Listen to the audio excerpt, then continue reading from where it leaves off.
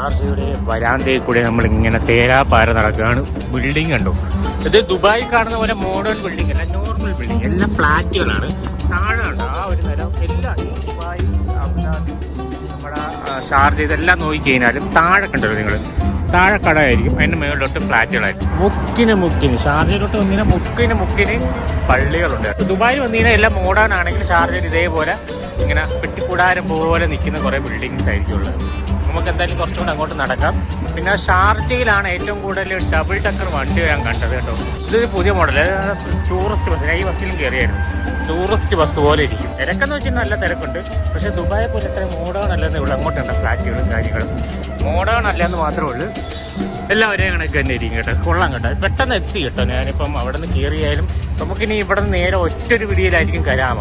എനിക്ക് അതിന് മുന്നേ എനിക്ക് എൻ്റെ നോൾ കാർഡുണ്ട്, അത് ചാർജ് ചെയ്യണം. ഇത് തിരിച്ചു പോകുമ്പോൾ ഷാർജ